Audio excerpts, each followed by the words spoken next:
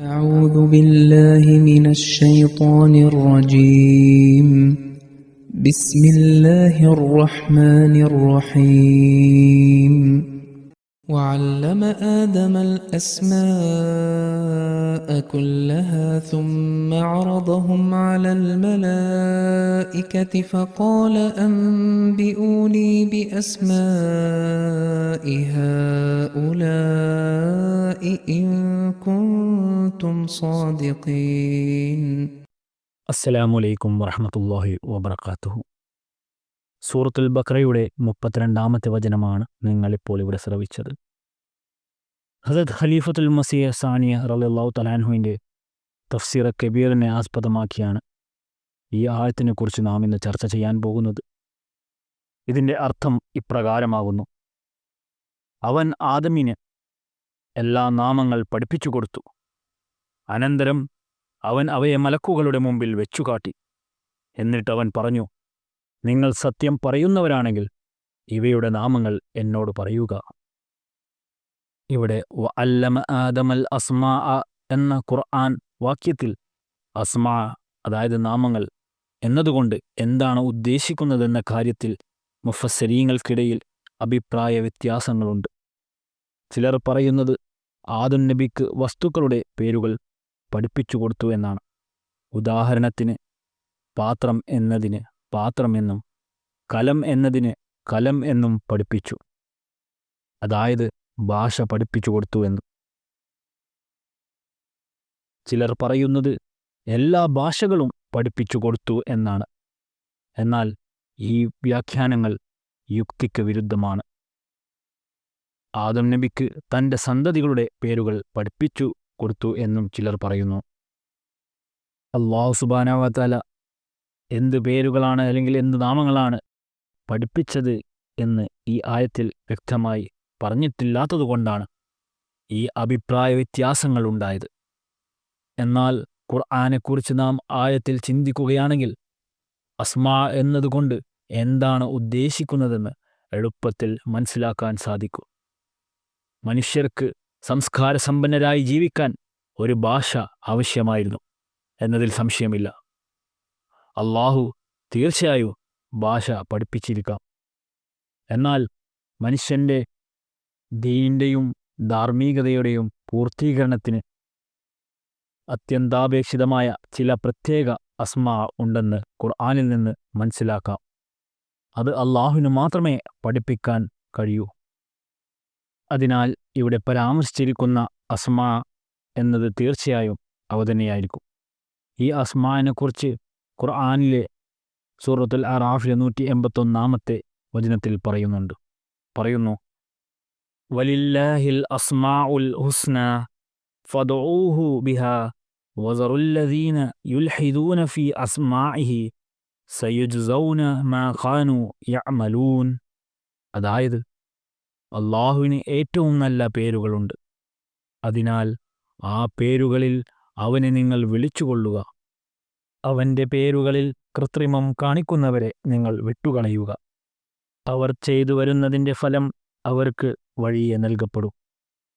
സൂറ അൽ അറാഫ് 181. ഇതിൽ നിന്ന് രണ്ടു കാര്യങ്ങൾ വളരെ വ്യക്തമായി മനസ്സിലാക്കാൻ കഴിയുന്നു. ഒന്ന്, അല്ലാഹുവിൻ്റെ നാമങ്ങളെക്കുറിച്ച്, അതായത് സിഫത്തുകളെക്കുറിച്ച് ശരിയായ അറിവ് നേടാതെ മനുഷ്യന് അല്ലാഹുവിനെക്കുറിച്ചുള്ള തിരിച്ചറിവ് നേടാനും അവൻ്റെ അനുഗ്രഹങ്ങൾക്ക് അവകാശിയാകാനും സാധിക്കുകയില്ല. അതുപോലെ തന്നെ രണ്ടാമത്തെ കാര്യം, ഈ സിഫത്തുകളെക്കുറിച്ച് ശരിയായ അറിവ് അല്ലാഹു തന്നെ പഠിപ്പിച്ചു തരുന്നതിലൂടെ മാത്രമേ സാധിക്കൂ.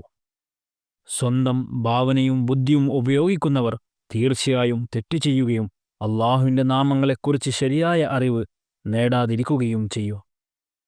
ഹസ്രത്ത് ആദം അലൈഹിസ്സലാത്തു വസ്സലാം നിയോഗിക്കപ്പെട്ടത് ദീൻ സ്ഥാപിക്കാനും അതുപോലെ തന്നെ അല്ലാഹുവുമായി സൃഷ്ടികളെ അടുപ്പിക്കാനുമാണ്.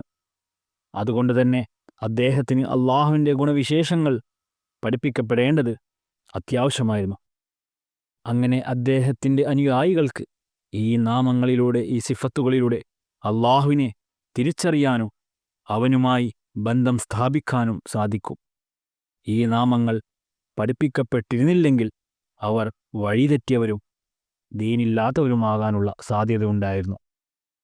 അള്ളാഹുവിൻ്റെ ഗുണവിശേഷങ്ങൾ ആദം നബിക്ക് പഠിപ്പിക്കേണ്ടത് അത്യാവശ്യമായിരുന്നു എന്ന് ഇതിനാൽ തെളിയിക്കപ്പെട്ട സ്ഥിതിക്ക് ഈ ആയത്തിൽ പരാമർശിച്ചിരിക്കുന്ന അസ്മാ എന്നതിൽ അള്ളാഹുവിൻ്റെ ഗുണവിശേഷങ്ങൾ തീർച്ചയായും ഉൾപ്പെട്ടിരിക്കുന്നു എന്ന് നമുക്ക് മനസ്സിലാക്കാം. അതുപോലെ തന്നെ മതപരമായ ആവശ്യം പരിഗണിച്ച് ഇവയായിരുന്നു യഥാർത്ഥത്തിൽ ഉദ്ദേശിക്കപ്പെട്ട നാമങ്ങൾ എന്നും മറ്റു പേരുകളെല്ലാം തന്നെ ഇതിന് കീഴ്പ്പെട്ടവരായിരുന്നു എന്നും പറയാൻ കഴിയും. മുൻകാല മുഫസ്സിരീങ്ങളിൽ മസ്ഹരി എന്ന് പറയുന്ന മുഫസ്സിർ അസ്മാ എന്നതിന് അള്ളാഹുവിൻ്റെ ഗുണവിശേഷങ്ങൾ എന്ന് തന്നെയാണ് അർത്ഥം നൽകിയിട്ടുള്ളത്. ഫതഹുൽ ബയാൻ എന്ന പുസ്തകത്തിൽ ഇത് രേഖപ്പെടുത്തിയിട്ടുണ്ട്. എന്നാൽ ഫതഹുൽ ബയാൻ്റെ രചയിതാവ് ഇതിന് തെളിവില്ല എന്ന് പറയുന്നുണ്ടെങ്കിലും നേരത്തെ ചർച്ച ചെയ്തതുപോലെ ഈ അർത്ഥത്തിനാണ് ഏറ്റവും കൂടുതൽ തെളിവുള്ളത്. അടുത്ത വരികൾ നോക്കുമ്പോഴും ഈ ഒരു അർത്ഥം നിർണയം തന്നെയാണ് ശരിയെന്ന് വ്യക്തമാകുന്നു. ആദം നബിക്ക് പഠിപ്പിക്കപ്പെട്ട പേരുകളെക്കുറിച്ച് മലക്കുകൾക്ക് പൂർണ്ണമായ അറിവുണ്ടായിരുന്നില്ലെന്ന് അടുത്ത വരികളിൽ നിന്ന് മനസ്സിലാകുന്നു. മലക്കുകൾക്ക് പൂർണ്ണമായി അറിയാത്ത പേരുകൾ അള്ളാഹുവിൻ്റെ ഗുണവിശേഷങ്ങൾ തന്നെയാണ്. കാരണം അവരെക്കുറിച്ച് ഖുർആനിൽ പറയുന്നത് യഫ്അലൂന മാ യുഅ്മറൂൻ എന്നാണ്. അതായത് അവരോട് കൽപ്പിക്കപ്പെടുന്നത് മാത്രമേ അവർ ചെയ്യൂ, അതിനപ്പുറം അവർ ഒന്നും ചെയ്യില്ല, ചെയ്യാനും കഴിയില്ല എന്ന്.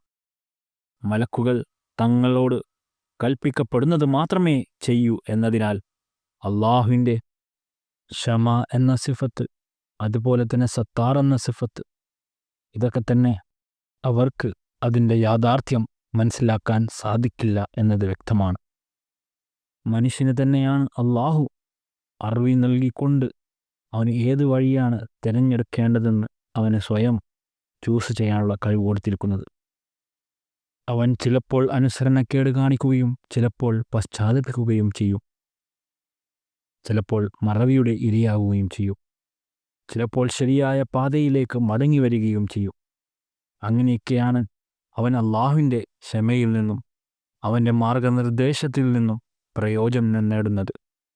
ചിലപ്പോൾ അനുസരണക്കേടിൽ ഉറച്ചു നിൽക്കുകയും അള്ളാഹുവിൻ്റെ കോപത്തെ ഇളക്കിവിടുകയും ചെയ്യും. ഈ ആയത്തിൻ്റെ ബാക്കി വിശദീകരണം ഇൻഷാ അല്ലാഹ് അടുത്ത ദർസുകളിൽ കേൾപ്പിക്കുന്നതായിരിക്കും. ജസാക്കുമുല്ലാഹ് വആഖിറു ദഅ്വാനാ അൽഹംദുലില്ലാഹി റബ്ബിൽ ആലമീൻ.